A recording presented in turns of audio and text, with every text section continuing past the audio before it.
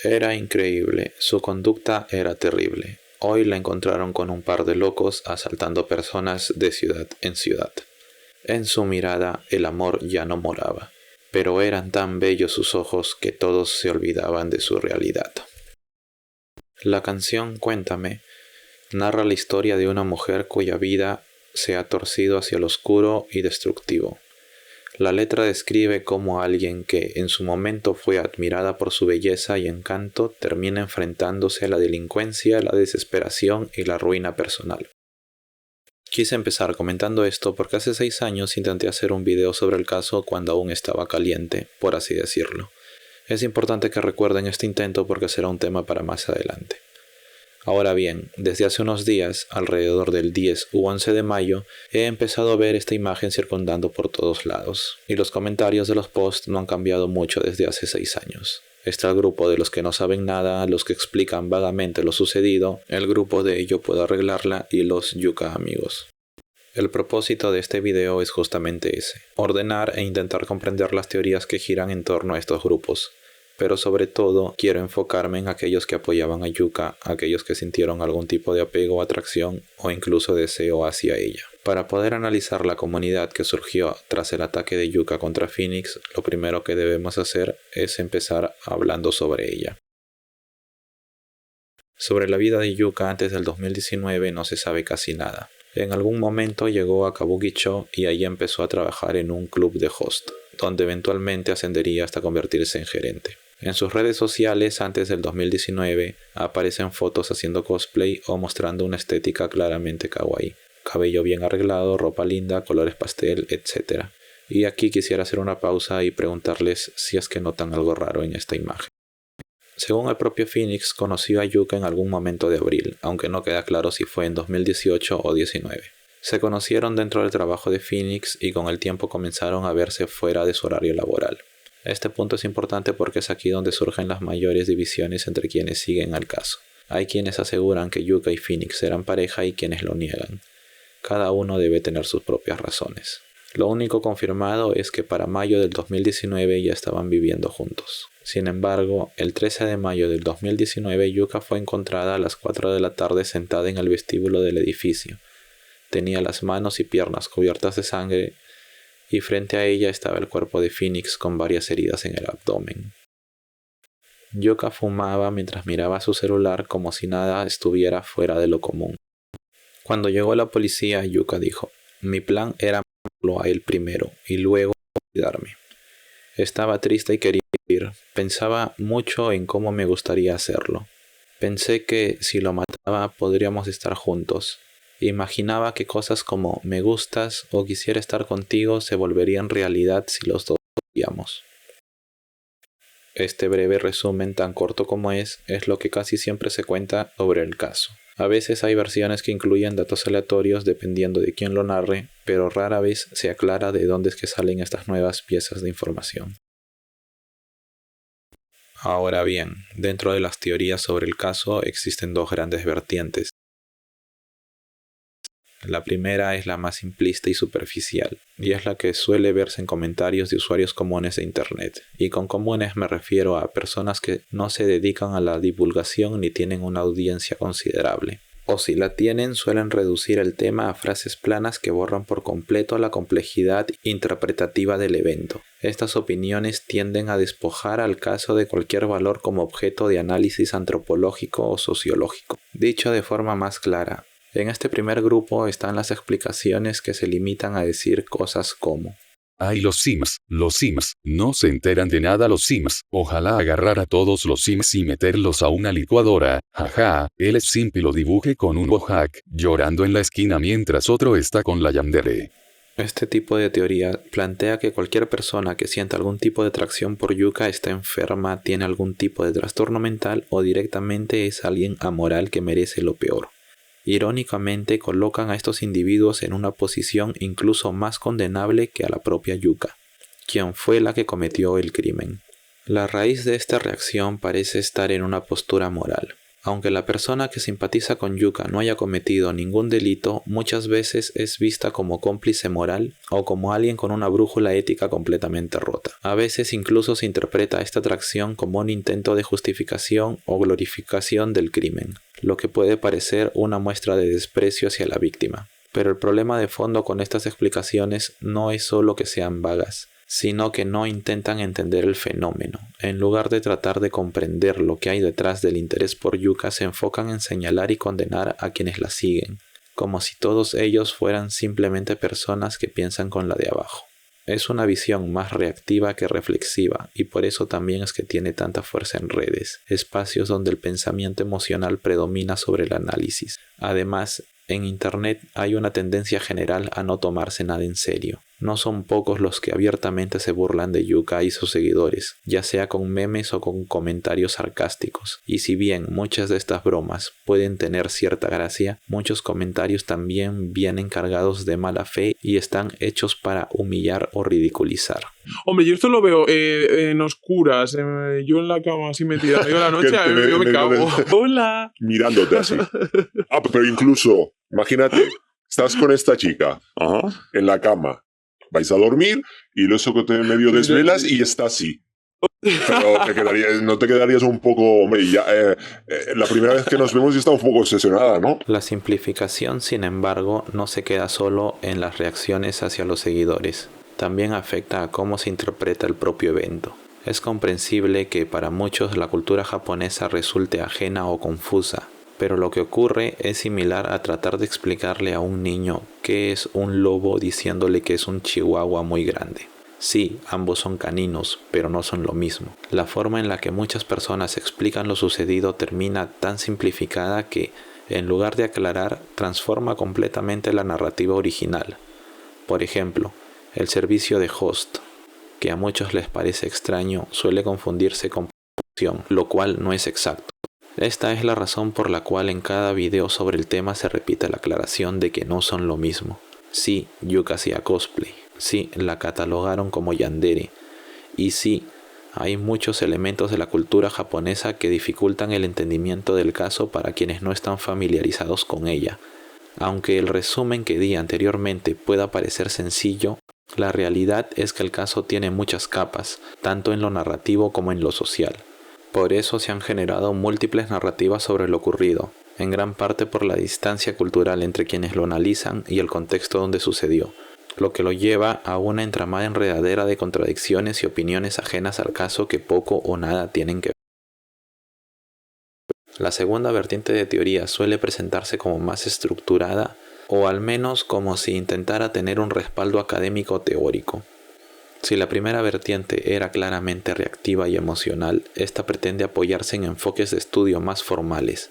Sin embargo, esto no significa que sean perfectas. Muchas de estas terminan siendo excesivamente elaboradas, algo forzadas o directamente absurdas o sobrepensadas. Dentro de esta segunda categoría se pueden identificar dos grandes tipos de enfoque. El primer grupo y segundo tipo de teorías toma prestadas conceptos del psicoanálisis y corrientes psicodinámicas. Su objetivo es escarbar en el inconsciente individual para poder explicar por qué Yuka resulta atractiva como figura central del evento. En este enfoque ella no es solo una criminal, sino también un objeto de deseo, de pulsión erótica, de obsesión y de muerte. El eje de estas teorías gira en torno a la influencia del inconsciente en la atracción que genera Yuka. Un concepto que aparentemente aparece con frecuencia es el punctum. El punctum es una carga emocional que una imagen despierta en quien la observa, generando una conexión personal e íntima. Las imágenes más virales de Yuka fueron tomadas por un transeúnte. En ellas aparece sentada, fumando y scrolleando en su celular. Todo parecería absolutamente cotidiano si no fuera porque está cubierta de sangre y al lado suyo hay una persona agonizando. Esa normalidad interrumpida por lo grotesco para muchos resulta poderosa. Para ilustrarlo mejor, la parte 4 de Yoyos comienza con una escena de desayuno común y corriente mientras suena la radio de fondo, hasta que de repente aparece una mano cercenada. Ese quiebre entre lo habitual y lo monstruoso es un recurso narrativo ampliamente utilizado en el cine y el arte en general. Dejo estos otros ejemplos.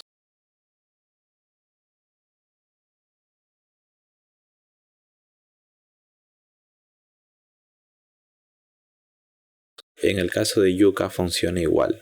Solo con ver la imagen se activa el punctum, pero la carga emocional se intensifica cuando se reconoce el contexto. Esa escena, casi como de una pareja recostada fumando después del sexo en una tarde cualquiera, se convierte en algo completamente distinto al sumarle el elemento sangriento.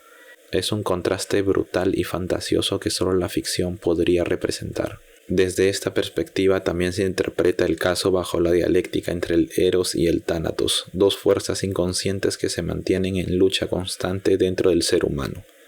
El Eros representando la vida, el deseo y la creación, y el Thanatos la muerte, la destrucción y la agresión. La imagen de Yuka fumando junto al cuerpo de Phoenix puede entenderse como un punto de encuentro entre ambas pulsiones. Un instante congelado donde el amor y la violencia coexisten, se agreden y se confunden. Algunos llegan incluso a interpretar este momento como un ritual simbólico. El acto de apuñalar y luego esperar pacientemente la muerte junto a la pareja se asemeja a ciertos mitos trágicos del amor en la literatura japonesa. En esta visión, el crimen deja de ser solo un hecho violento y se convierte en una expresión romántica y desesperada del amor absoluto. Quienes defienden esta perspectiva suelen utilizar un lenguaje poético cargado de metáforas y referencias literarias, tratando de encuadrar el caso como si se tratara de una tragedia shakespeariana. En sus discursos, la línea entre la vida y la muerte se difumina y los pactos de vidas se presentan como formas de unión más profundas que el matrimonio, como promesas que ni siquiera la muerte puede romper. Sin duda es un enfoque interesante, porque aunque ofrece herramientas para comprender el magnetismo que ejerce Yuka como figura trágica, también corre el riesgo de romantizar o incluso justificar un acto violento. Al final, muchas de estas interpretaciones terminan centrándose más en la explicación de la fascinación por Yuka que analizar con profundidad lo que el evento realmente implica. El tercer tipo de teoría se inscribe dentro de un enfoque sociológico y antropológico. A diferencia de aquellas que analizan el fenómeno desde el inconsciente individual, estas buscan entender el caso de Yuka desde una perspectiva más general, enfocándose en el comportamiento colectivo de sus seguidores como una masa social. Para abordar esta línea es fundamental partir del proceso de construcción de la identidad de Yuka como ícono de la cultura digital. La mediatización del caso, el vacío informativo y su rápida difusión por Internet contribuyeron a la formación de múltiples narrativas que dieron lugar a la figura de la yandere de la vida real. Este fenómeno puede entenderse a través del concepto de la cultura de la celebridad y la celebrificación, planteada por Chris Royek, donde ciertos individuos se convierten en íconos no tanto por sus logros sino por su exposición mediática y la fascinación que despiertan, incluso cuando ésta se basa en hechos violentos o transgresores. Yuka fue convertida en una especie de antiheroína cuya atracción surgía no solo del sensacionalismo mediático, sino también por su estética cuidadosamente construida por los usuarios de redes sociales. Se produjo entonces una mitificación de su figura bajo el estereotipo de la yandere, un personaje liminal entre víctima y victimaria, entre belleza y monstruosidad.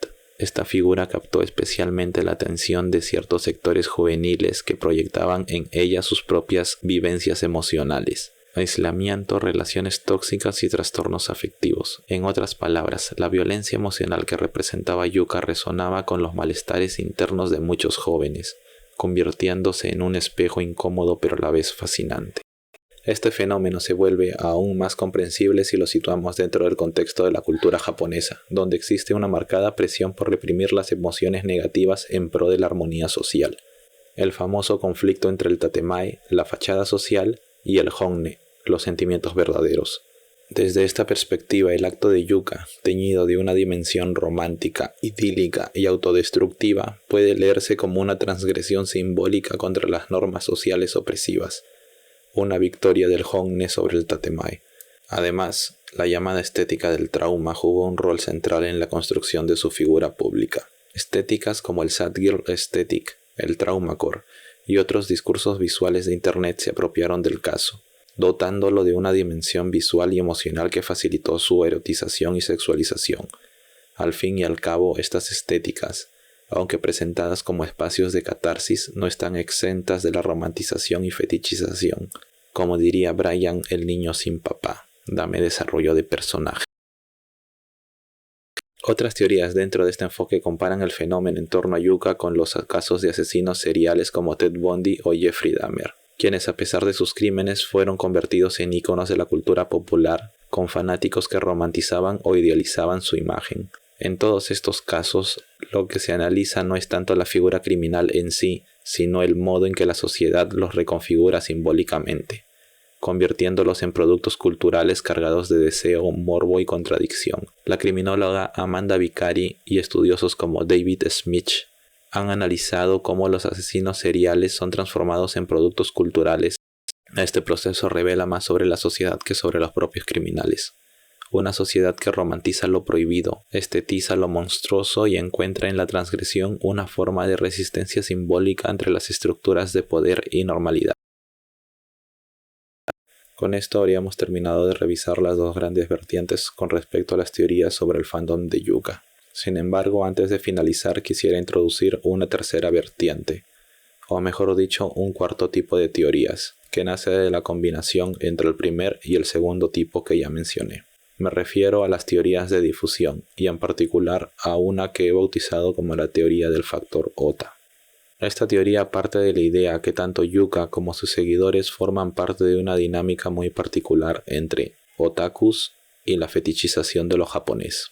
La base es simple. Yuka es japonesa, le gusta el cosplay y ha sido proclamada como la yandere de la vida real, lo cual encaja perfectamente con muchas de las características que se suelen asociar como fascinantes para el estereotipo de otaku a vistas generales. Según esta visión, cualquier mujer japonesa que encaje dentro de estos arquetipos sería más rápidamente idealizada por cualquier tipo de comunidad, sin importar lo que hayan hecho. Yuka no sería un caso aislado, sino el ejemplo perfecto de una figura elevada por el deseo y la fantasía colectiva que estos grupos proyectan sobre ella. Aunque muchos creadores de contenido no lo mencionen explícitamente, las relaciones que se forman en Internet están profundamente influenciadas por lógicas de fandom. Comunidades que se organizan en torno a símbolos compartidos, memes, personajes, estéticas o códigos que los diferencian del mundo real o normal. Estos fandoms actúan como tribus postmodernas donde los valores morales se reconfiguran.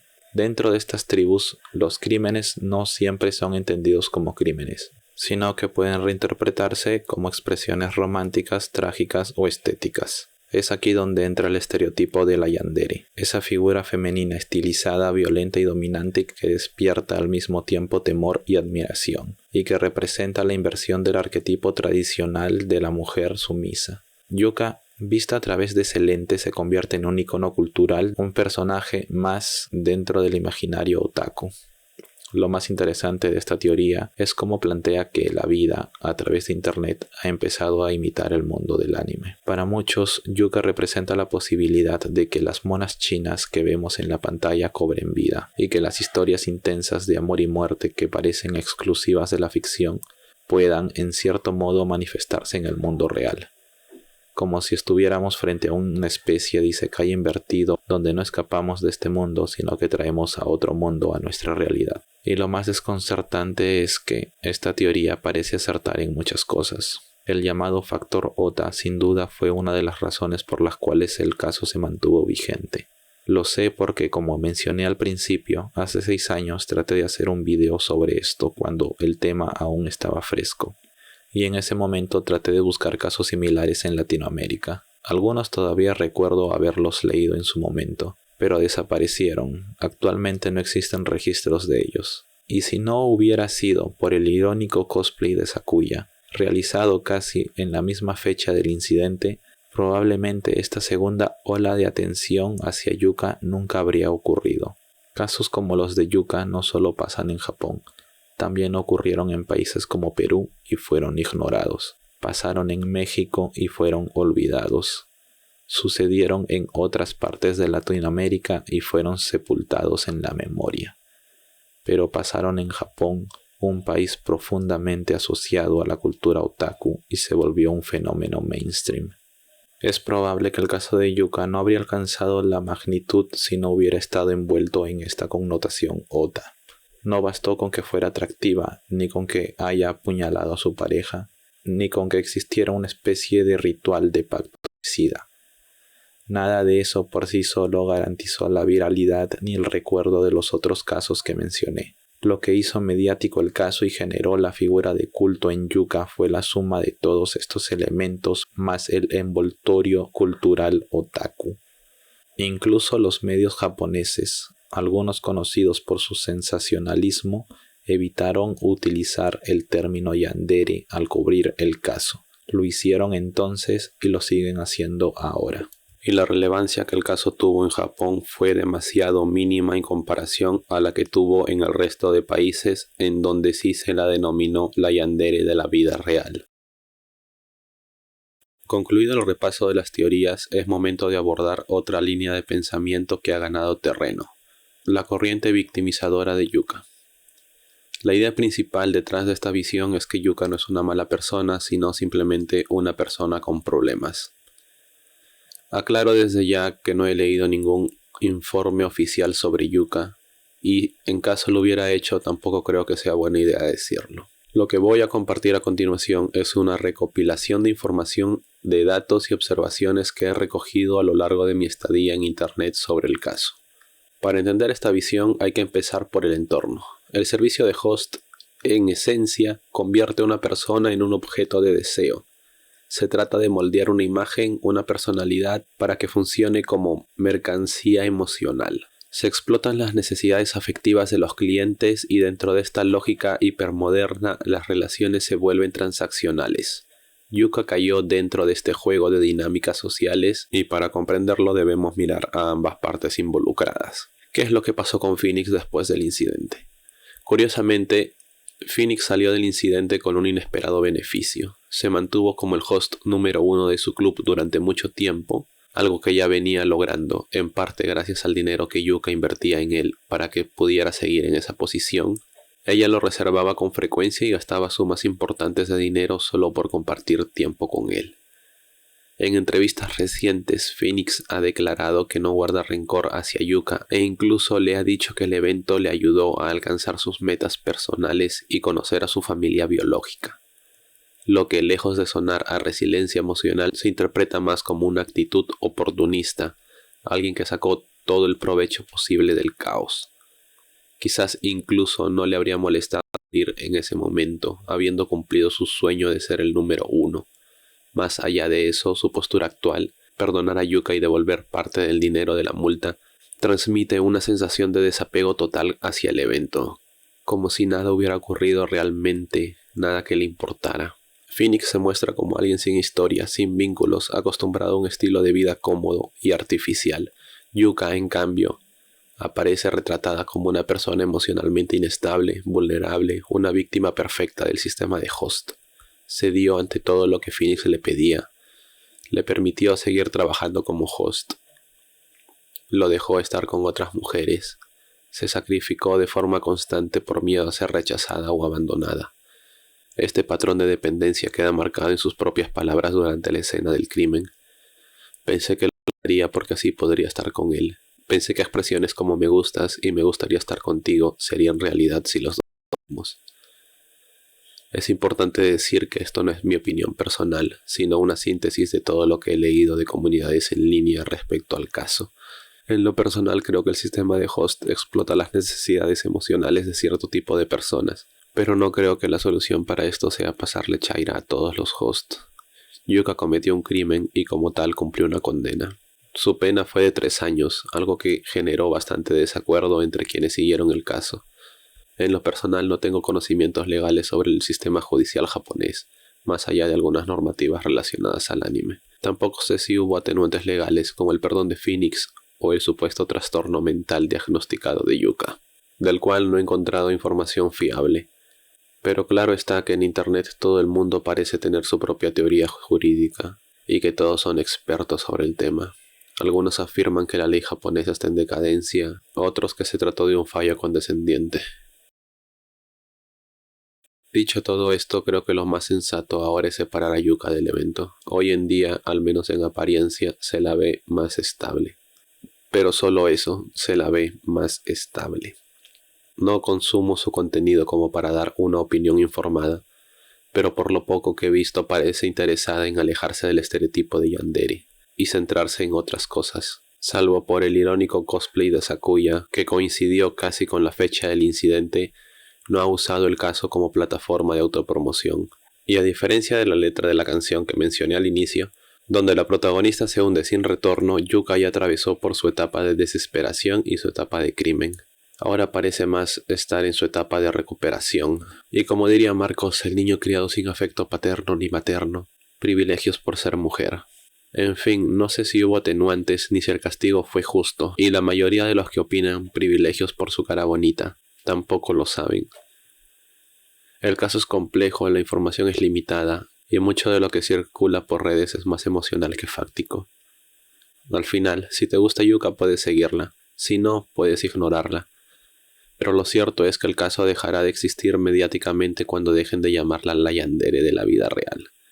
Y Yuka pasará a ser una streamer más del montón, a menos que vuelva a hacer algo que llame la atención. Hola, soy el editor. Con respecto a esta imagen de la cual me había olvidado, es absurdo pensar que alguien puede diagnosticar a una persona solo por imágenes que sube a redes sociales. Si conocen a algún psicólogo que haga esta cosa, díganle de mi parte que se cambie de carrera.